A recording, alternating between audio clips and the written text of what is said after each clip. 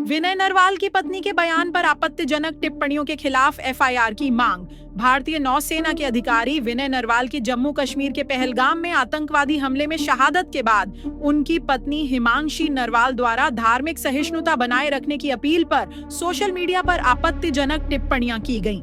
I do not want any hatred towards anybody.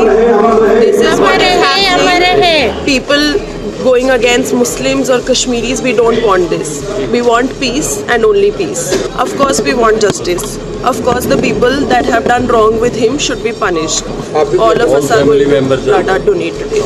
इस पर प्रतिक्रिया देते हुए आजाद अधिकार सेना के राष्ट्रीय अध्यक्ष अमिताभ ठाकुर ने रक्षा मंत्री को पत्र लिखकर रक्षा मंत्रालय की ओर से तत्काल एफआईआर दर्ज कराने का अनुरोध किया है।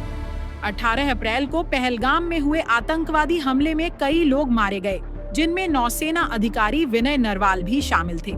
उनकी पत्नी हिमांशी नरवाल ने इस दुखद घटना के बाद धार्मिक सहिष्णुता बनाए रखने की अपील की थी।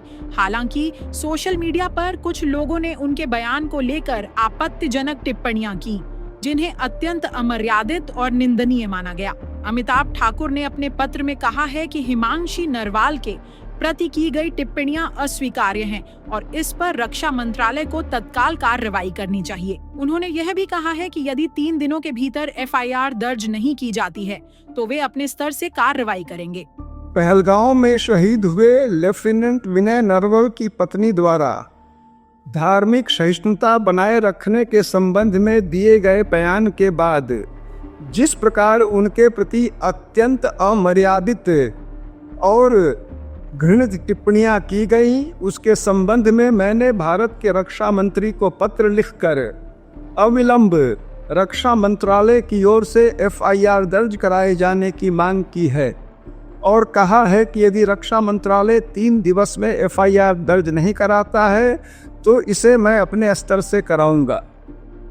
इसके अलावा उन्होंने सूचना प्रौद्योगिकी मंत्री से भी अनुरोध किया है कि ऐसे टिप्पणियां करने वाले व्यक्तियों के सोशल मीडिया अकाउंट्स को बंद किया जाए और आपत्तिजनक सामग्री को हटाया जाए।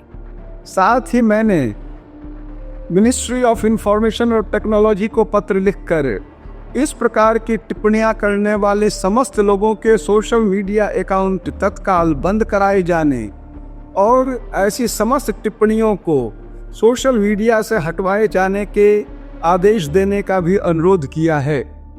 राष्ट्रीय महिला आयोग NCW ने इस मामले में हस्तक्षेप किया है, लेकिन अमिताभ ठाकुर का मानना है कि यह पर्याप्त नहीं है। उनका कहना है कि हिमांशी नरवाल को न्याय दिलाने के लिए और भी ठोस कदम उठाने की आवश्यकता है। यह मामला न केवल एक शहीद की पत्नी के सम्मान की रक्षा से जुड़ा है, बल्कि समाज में धार्मिक सहिष्णुता और महिलाओं के प्रति सम्मान बनाए रखने की आवश्यकता को भी रेखांकित करता है। सरकारी संस्थानों और समाज को मिलकर यह सुनिश्चित करना चाहिए कि ऐसे मामलों में त्वरित और प्रभावी कार्रवाई हो, ताकि भविष्य में इस प्रकार की घटनाओं की पुनरावृत्ति न हो।